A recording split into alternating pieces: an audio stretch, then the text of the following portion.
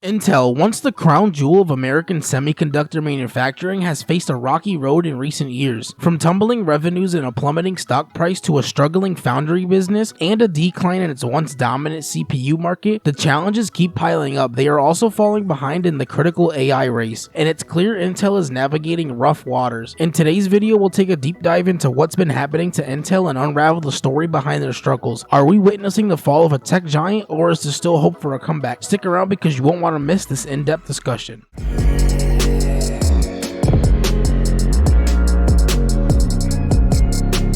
Welcome back to LA Electronics, your ultimate destination for the latest and greatest in PC tech news and leaks, especially when it comes to GPUs and CPUs. If you're serious about staying ahead of the curve, make sure to hit that subscribe button and turn on post notifications so you're always in the loop. Also, be sure to follow me on X where I post everything first before going in depth in the videos. In today's video, we're diving into the unraveling story of Intel, a company that was once the gold standard of American semiconductor innovation. Over the past few years, Intel has faced a whirlwind of challenges, massive revenue losses, struggles across multiple divisions, a steadily declining stock price, and so much more. Once a towering leader in the tech world, Intel is now grappling with a harsh reality of decline. How did things go so wrong for this tech giant, and what does their future hold? There's a lot to unpack in this video, so without further ado, let's get right into it. Intel has faced a staggering financial downturn in recent years, and the numbers tell a shocking story. Let's rewind all the way back to 2009, when Intel reported a revenue of $35.1 billion. Over the next decade, the company steadily grew, peaking at an incredible $79 billion in 2021. Fast forward just 2 years to 2023, and Intel's revenue plummeted to $54.2 billion. That is a jaw-dropping $25 billion loss in just 2 years. To put that into perspective, the last time Intel's revenue hovered around $54 billion was way back in 2011. Losing that much ground in such a short time is unprecedented for a tech giant of Intel's caliber. So how did Intel lose $25 billion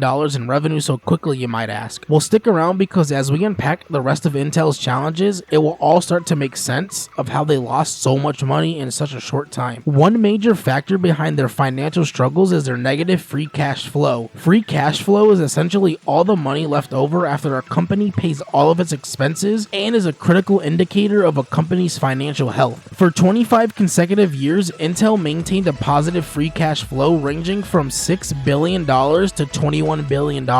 But in 2022, Intel experienced their first ever negative free cash flow of minus $9.6 billion.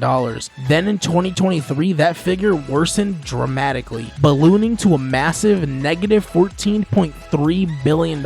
Let's take a closer look at their financial roller coaster. In 2020, Intel hit its free cash flow peak at $21.4 billion, only to see it plummet to $9.1 billion in 2021. That is a loss of $12 billion in just 1 year. Like, how do you lose $12 billion in 1 year? That kind of drop is almost unheard of. Like, seriously, Intel, what is going on with you? Losing billions of dollars year after year is unsustainable, and unless they can reverse this trend and do it quickly, the consequences could be dire. But we're just getting started. We're literally just at the tip of the iceberg right now. Intel's struggles go way beyond revenue and cash flow. Stick around because we'll dive further into their falling stock price, failing business ventures, and so much more. Trust me, you don't want to miss the rest of this deep dive into Intel's troubles. If you're loving the content and want to help keep it coming, consider buying me a coffee. Your support fuels each video, whether it's the latest tech news, detailed repair guides, or honest reviews. Every coffee you buy goes right back into the channel, helping me upgrade gear, improve the setup, and stay energized to bring you the best in PC tech news and leaks. Whether it's one coffee or a few, each $5 brew makes a huge difference, and I can't thank you enough for keeping this channel going strong. Your support truly means everything to me. Intel's stock price has taken a steady beating with a negative total return since January 1st, 2000. Over the years, its stock value has dropped by a staggering minus $22.72 or minus 48%. Things went from bad to worse in August of 2024 when a dismal earnings report sent the stock plummeting by 30%. On July 31st, 2024, Intel stock was sitting at $30.74. Just 12 days later, by August 12th, it had nosedived to $19.36. That is a jaw-dropping 37% loss in less than 2 weeks. And as we dig deeper, Intel's financial woes only get more troubling. So let's talk about Intel's Foundry services and the billions that they have lost. Launched back in 2021 as part of their IDM 2.0 strategy, the Intel Foundry was designed to provide semiconductor manufacturing services to external customers and establish Intel as a leading global foundry. The strategy included ambitious manufacturing expansions in the US and Europe, and a greater reliance on external foundries for some of Intel's own products. I mean, that sounds pretty promising, right? Well, just 1 year later in 2022, the foundry reported $27.5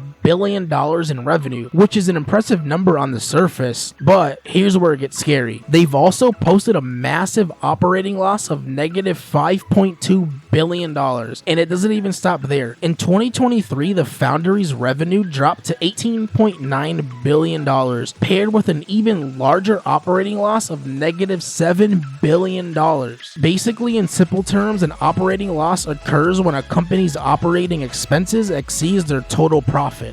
So, Intel, how is your foundry losing billions of dollars within its first 5 years of its life? These massive revenue losses forced Intel to take drastic measures, including laying off 15% of its workforce. That's at least 15,000 employees across key US states like Oregon, Arizona, and California. As of March 30th, 2024, Intel employs 130,700 people with an average annual salary of $104,643, or around $50 per hour. That's a staggering $13.6 billion in yearly salary costs for Intel. And that number is likely even higher in reality because remember, these are just the salary averages that we're talking about. If Intel can't find a way to turn its foundry around soon, IDM 2.0 might need a sequel like IDM 3.0, or it could be time to cut the Intel foundry entirely. But the foundry isn't the only storm Intel's navigating. Their CPU business is also failing too, which is hard to believe considering CPUs have been Intel's bread and butter for decades. On top of that, the company has fallen far behind in the fiercely competitive AI race. Stick around because we're diving into how Intel CPUs have failed them and just how much ground they have lost in AI innovation. Trust me, you don't want to miss these critical details. Intel's future could depend on what they do next, but time is running out very quickly. One of the biggest contributors to Intel's steep decline in recent years is their failing CPU business, which has been plagued by issues and controversies. The trouble all started with their 13th and 14th gen CPUs, also known as Raptor Lake. These processors have been riddled with instability and crash issues due to a flaw in the microcode algorithm that sends excessive voltage to the CPU cores. This elevated operating voltage causes the motherboard to deliver dangerously high power levels, ultimately degrading and permanently damaging the chips over time. The fallout from this flaw has been massive. Users, including gamers and developers, have reported countless problems with Raptor Lake CPUs in their gaming rigs, servers, and development systems. Shockingly, this issue affects virtually all Raptor Lake CPUs, yet Intel chose not to issue a recall. Instead, they released a very controversial microcode patch aimed at addressing the problem. While Intel claimed the patch didn't impact performance during their testing, it doesn't help the users whose CPUs were already fried. Many have struggled through Intel's frustrating return of materials authorization or RMA process. After rejecting a flood of RMA requests initially, Intel eventually extended warranties on Raptor Lake CPUs and started accepting those rejected claims. It was a complete nightmare for many and left people questioning Intel's ability to manage their own products. But the drama doesn't even stop there, no. Intel's most recent launch of their Arrow Lake CPUs on October 24th, 2024 has added fuel to this already raging Intel fire. Reports indicate that Arrow Lake CPUs exhibit significant drops in gaming performance compared to previous generations, particularly Raptor Raptor Lake. Intel admitted the problem, citing optimization issues in the operating system and BIOS that resulted in unexpectedly high memory latency. Even Robert Halleck, Intel's VP of Marketing, acknowledged the launch didn't go as planned and promised updates to fix the performance issues. However, the damage was already done, and the lackluster launch was further overshadowed by AMD's announcement just 3 days earlier. On October 21st, 2024, AMD unveiled their highly anticipated Ryzen 9000X 3D CPUs, set to release on November 7th, 2024. For many consumers, it was an easy choice to wait another 2 weeks for AMD's offering, further cutting into Intel's potential sales. Meanwhile, Intel continues to fall behind in the race for AI dominance. AMD and Nvidia are crushing it in the AI market, with Nvidia leading the charge. Nvidia's profits skyrocketed from $26 billion in 2023 to a staggering $60 billion in 2024. That is a massive $34 billion